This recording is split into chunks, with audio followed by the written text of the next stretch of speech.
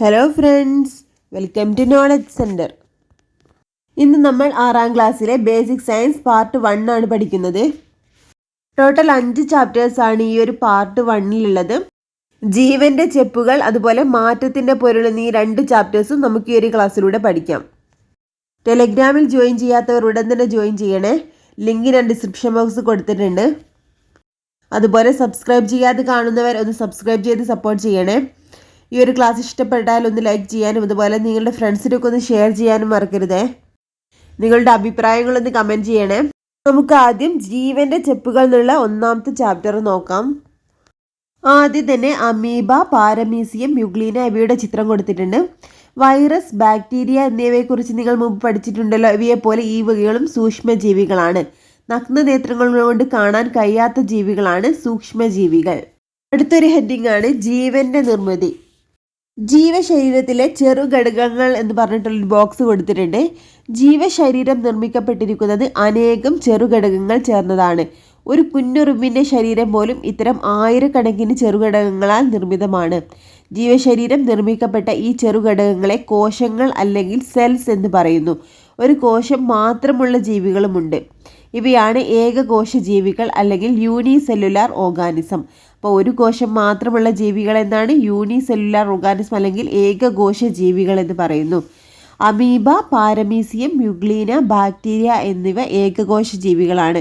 അപ്പോൾ ഏതൊക്കെയാണ് ഏകകോശ ജീവികൾക്ക് ഉദാഹരണം? അമീബ, പാരമീസിയം, യുഗ്ലീന, ബാക്ടീരിയ ഇവയൊക്കെ എന്താണ്? ഒരു കോശം മാത്രമുള്ള ജീവികളാണ്. അതുകൊണ്ടത് ഏകകോശ ജീവികളാണ്. ശരീരത്തിൽ ഒന്നിലധികം കോശങ്ങളുടെ ജീവികളാണ് ബഹുകോശ ജീവികൾ അല്ലെങ്കിൽ മൾട്ടി സെല്ലുലാർ ഓർഗാനിസം. അപ്പോൾ ശരീരത്തിൽ ഒന്നിലധികം സെല്ലുകളുള്ള ജീവികളാണ് ബഹുകോശ ജീവികൾ അല്ലെങ്കിൽ മൾട്ടി സെല്ലുലാർ ഓർഗാനിസം. ജന്തുക്കളും സസ്യങ്ങളും എല്ലാം ബഹുകോശ ജീവികളാണ്. അപ്പോൾ ജന്തുക്കളും സസ്യങ്ങളൊക്കെ ബഹുകോശ ജീവികളാണ്. അതെന്താണ്? ഒന്നിലധികം കോശങ്ങളുള്ള ജീവികളാണ് ബഹുകോശ ജീവികൾ. അതുകൊണ്ട് തന്നെ ജന്തുക്കളും സസ്യങ്ങളും എല്ലാം ബഹുകോശ ജീവികളാണ്. അടുത്തൊരു ഹെഡിങ് ആണ് കോശങ്ങൾ പലതരം. മനുഷ്യ ശരീരത്തിൽ പലതരം കോശങ്ങളുണ്ട്. ഇവിടെ പേശികോശത്തിൻ്റെയും നാഡീകോശത്തിൻ്റെയും ചിത്രം കൊടുത്തിട്ടുണ്ട്. ബഹുകോശ ജീവികളിൽ ഇതുപോലെ വിവിധ തരം കോശങ്ങളുണ്ട്. ഇനി അടുത്തത് കോശത്തിനുള്ളിൽ എന്തൊക്കെയാണെന്നാണ് പറയുന്നത്. ഒരു ജന്തുകോശത്തിൻ്റെ ചിത്രം കൊടുത്തിട്ടുണ്ട്. ഏറ്റവും പുറത്തായിട്ട് കോശസ്തരം, അതിനുള്ളിൽ കോശദ്രവ്യവും, നടുക്കായിട്ട് എന്താണ്? മർമ്മവും ഉണ്ട് അല്ലേ. ഇവിടെ ഒരു ജന്തുകോശമാണ് തന്നിട്ടുള്ളത്. അതിനുള്ളിൽ പ്രധാനമായിട്ട് നമുക്ക് കാണാവുന്നത് പുറത്ത് ആവരണം പോലെ കോശസ്തരമുണ്ട്, അതിനുള്ളിലായിട്ട് കോശദ്രവ്യമുണ്ട് അല്ലേ. പിന്നെന്താണ്?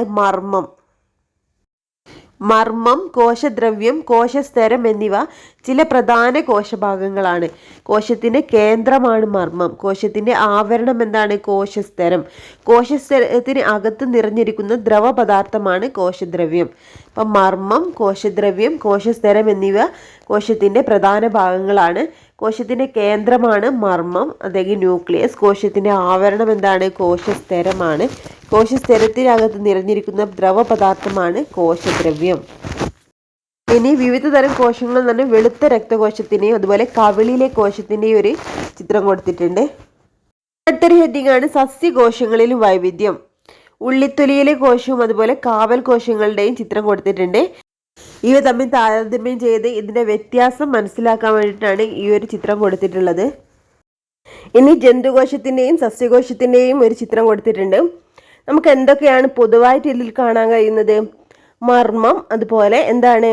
മർമ്മം, കോശദ്രവ്യം, ഫേനം, കോശസ്തരം, ഇത്രയാണ് ജന്തുകോശത്തിലുള്ളത്. എന്നാൽ എന്താണ് സസ്യകോശത്തിൽ? എന്താണ്? മർമ്മം, കോശദ്രവ്യം, ഫേനം, കോശസ്തരം ഇവ സസ്യകോശത്തിലുണ്ട് അല്ലേ. ഇത് കൂടാതെ എന്തൊക്കെയുണ്ട്? ഹരിതകമുണ്ട്. ഹരിതകം അല്ലെങ്കിൽ ക്ലോറോപ്ലാസ്റ്റ് ഉണ്ട്. അതുപോലെ കോശഭിത്തി, സെൽവാൾ ഇവ രണ്ടും ജന്തുകോശത്തിന് കൂടാതെ സസ്യകോശത്തിന് കൂടുതലായിട്ടുള്ളതാണ്. ഏതൊക്കെയാണ്? ഹരിതകം, അതുപോലെ കോശഭിത്തി. അപ്പോൾ രണ്ടിനും പൊതുവായിട്ടുള്ളത് ഏതൊക്കെയാണ്? മർമ്മം, കോശദ്രവ്യം, ഫേനം, കോശസ്തരം. ഏതൊക്കെയാണ്? മർമ്മം അല്ലെങ്കിൽ ന്യൂക്ലിയസ്, കോശദ്രവ്യം അല്ലെങ്കിൽ എന്താണ്? സൈറ്റോപ്ലാസം, ഫേനം അല്ലെങ്കിൽ വാക്യൂൾ, കോശസ്തരം അല്ലെങ്കിൽ സെൽ മെംബ്രെയിൻ. ഇത്രയാണ് ഇതിനും ജന്തുകോശത്തിനും സസ്യകോശത്തിനും പൊതുവായിട്ടുള്ളത്. ഇനി സസ്യകോശത്തിൽ ഇത് കൂടാതെ ഉള്ളതാണ് ഹരിതകം അല്ലെങ്കിൽ ക്ലോറോപ്ലാസ്റ്റ് അടങ്ങിയിട്ടുണ്ട്. അതുപോലെ എന്താണ്? കോശഭിത്തി അല്ലെങ്കിൽ സെൽ വാളും ഉണ്ട് സസ്യകോശത്തിന്. ഇത് ഇമ്പോർട്ടൻ്റ് ആണ്, നോട്ട് ചെയ്യണേ. ഇത് പ്രീവിയസ് ക്വസ്റ്റ്യൻ ആണ്. അതായത് എന്താ ചോദിച്ചിട്ടുള്ളത്, സസ്യകോശങ്ങളിൽ മാത്രം കാണപ്പെടുന്ന കോശഭാഗം ഏതെന്നുള്ള ക്വസ്റ്റ്യൻ ചോദിച്ചിട്ടുണ്ട്. ഏതൊക്കെയാണ്? കോശഭിത്തി അല്ലെ സെൽവാൾ, ഹരിതകം അല്ലെങ്കിൽ ക്ലോറോപ്ലാസ്റ്റ്. ഇവ രണ്ടും എന്താണ്? സസ്യകോശങ്ങളിൽ മാത്രം കാണപ്പെടുന്ന കോശഭാഗങ്ങളാണ്. കോശഭിത്തി എവിടാണ്? കോശഭിത്തി സസ്യകോശങ്ങളിൽ ഏറ്റവും പുറമെ കാണപ്പെടുന്ന ഭാഗമാണ് കോശഭിത്തി അല്ലെങ്കിൽ സെൽവാൾ. പക്ഷെ എന്താണ്? ജന്തുകോശങ്ങൾ ഏറ്റവും പുറമെ കാണുന്നത് കോശസ്തരമാണ്. ജന്തു ശരീരവും സസ്യശരീരവും കോശങ്ങളാൽ നിർമ്മിതമാണെന്ന് നാം കണ്ടെത്തി. ജന്തുക്കളിലും സസ്യങ്ങളിലും എല്ലാം വിവിധ ആകൃതിയിലും വലിപ്പത്തിലുമുള്ള കോശങ്ങളുണ്ട്. ഈ കോശങ്ങളുടെ കൂട്ടായ്മയിലാണ് ജീവൻ നിലനിർത്താൻ വേണ്ട പ്രവർത്തനങ്ങൾ നടന്നുകൊണ്ടിരിക്കുന്നത്. ഇനി എന്താണ്? പ്രധാന പഠന നേട്ടങ്ങളിൽ പെടുന്നവ. അതായത് ഈ ഒരു ചാപ്റ്ററിൽ നിന്ന് എന്തൊക്കെ കാര്യങ്ങൾ പഠിക്കാൻ കഴിഞ്ഞു എന്നുള്ളതാണ് കൊടുത്തിട്ടുള്ളത്. ജീവന്റെ അടിസ്ഥാന ഘടകം കോശമാണെന്ന് വിശദീകരിക്കാൻ കഴിഞ്ഞു. ഏകകോശ ജീവികൾ, ബഹുകോശ ജീവികൾ എന്നിവ ഉദാഹരണ സഹിതം വിശദീകരിക്കാൻ കഴിഞ്ഞു. ഏതൊക്കെയായിരുന്നു നമ്മൾ പഠിച്ച ഏകകോശ ജീവികൾ? അമീബ, പാരമീസിയം, യുഗ്ലീന, ബാക്ടീരിയ ഇവയൊക്കെ എന്താണ്? ഏകകോശ ജീവികളാണ് അല്ലേ. അതായത് ഏകകോശ ജീവികൾ എന്ന് പറഞ്ഞാൽ ഒരേ ഒരു കോശം മാത്രമുള്ള ജീവികളാണ് ഏകകോശ ജീവികൾ എന്ന് പറയുന്നത്. ഇനി എന്താണ്? ബഹുകോശ ജീവികൾക്ക് ഉദാഹരണം പഠിച്ചത് ജന്തുക്കളും സസ്യങ്ങളും ഒക്കെ എന്താണ്? ബഹുകോശ ജീവികളാണ് അല്ലേ. ഒന്നിലധികം കോശമുള്ള ജീവികളെയാണ് ബഹുകോശ ജീവികൾ എന്ന് പറയുന്നത്. ജന്തുക്കളും സസ്യങ്ങളും എല്ലാം ബഹുകോശ ജീവികളാണ്. പിന്നെന്താണ് പഠന നേട്ടം? ജീവികളുടെ വലിപ്പം കോശങ്ങളുടെ വലിപ്പത്തെയല്ല എണ്ണത്തെയാണ് ആശ്രയിക്കുന്നത് എന്ന് തിരിച്ചറിഞ്ഞ് വിശദീകരിക്കാൻ കഴിഞ്ഞു. അപ്പം എന്താണ്? ജീവികളുടെ വലിപ്പം കോശങ്ങളുടെ വലിപ്പത്തെയല്ല എണ്ണത്തെയാണ് ആശ്രയിക്കുന്നത്. ഇനി അടുത്തതായിട്ട് എന്താ? കോശഘടകങ്ങൾ തിരിച്ചറിഞ്ഞ് ചിത്രീകരിക്കാൻ കഴിഞ്ഞു. ഏതൊക്കെയായിരുന്നു പ്രധാനപ്പെട്ട കോശഘടകങ്ങൾ? മർമ്മം, കോശസ്തരം, കോശദ്രവ്യം. ഇവ മൂന്നാണ് പ്രധാനപ്പെട്ട കോശഘടകങ്ങൾ.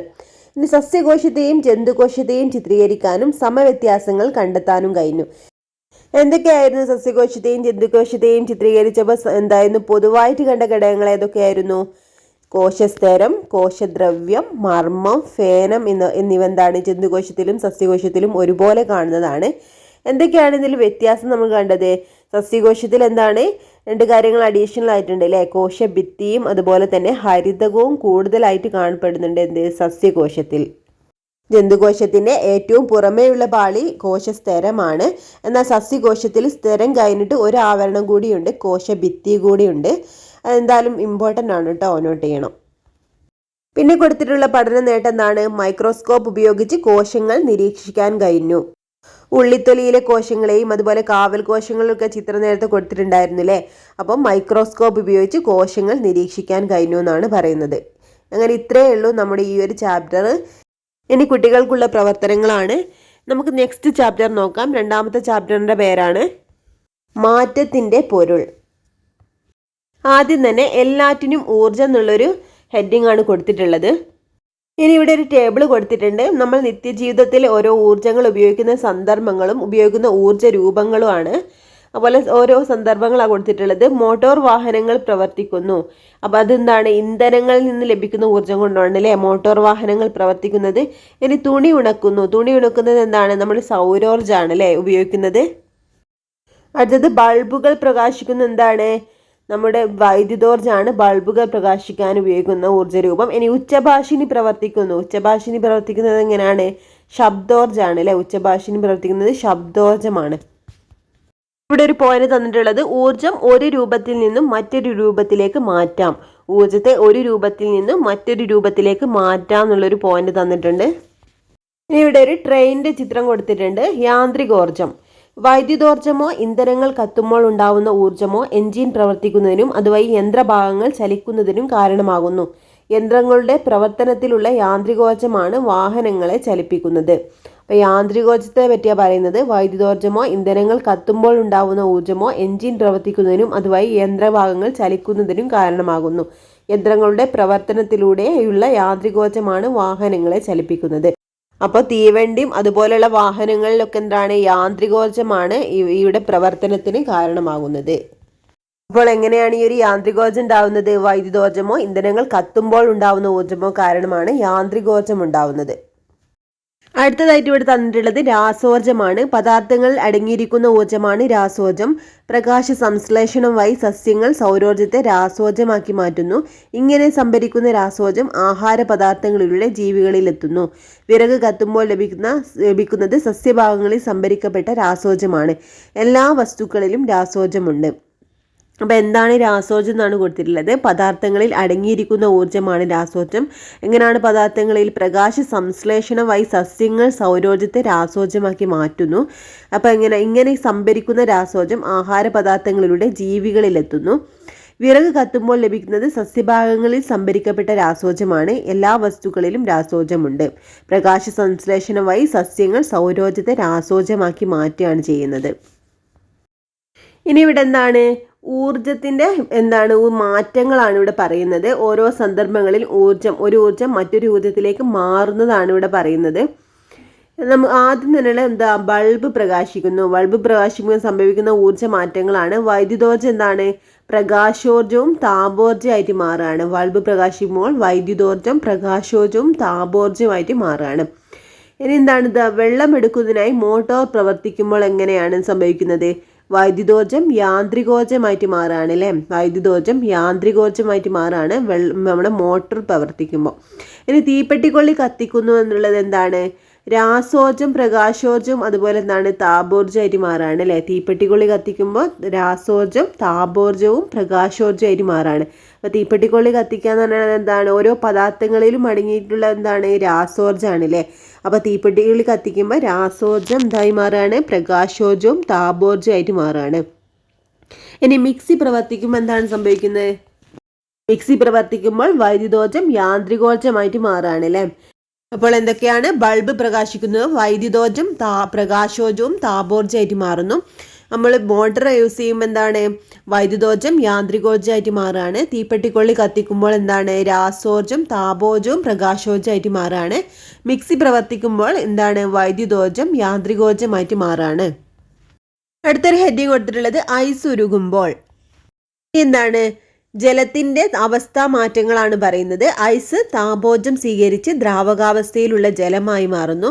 ജലം വീണ്ടും താപോർജ്ജം സ്വീകരിച്ചാൽ വാതകാവസ്ഥയിലുള്ള നീരാവിയായി മാറുന്നു. നീരാവി താപോർജ്ജം നഷ്ടപ്പെടുമ്പോൾ ജലമായും വീണ്ടും താപോർജ്ജം നഷ്ടപ്പെടുമ്പോൾ ഐസായി മാറുകയും ചെയ്യുന്നു.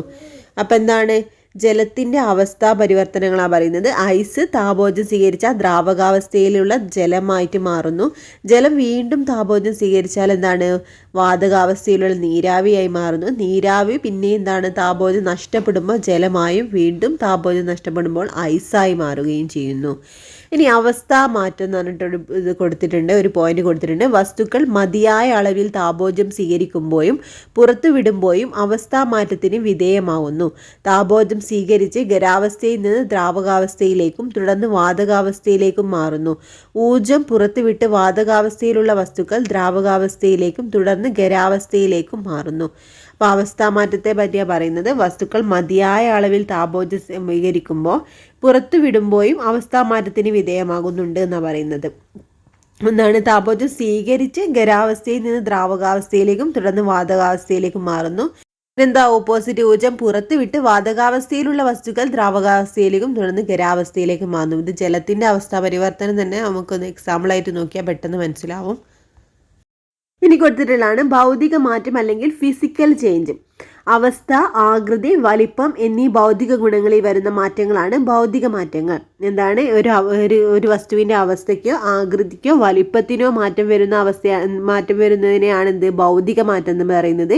വികസിക്കുന്നതും ഉരുകുന്നതും പൊട്ടുന്നതും കീറുന്നതും എല്ലാം ഭൗതിക മാറ്റങ്ങളാണ്.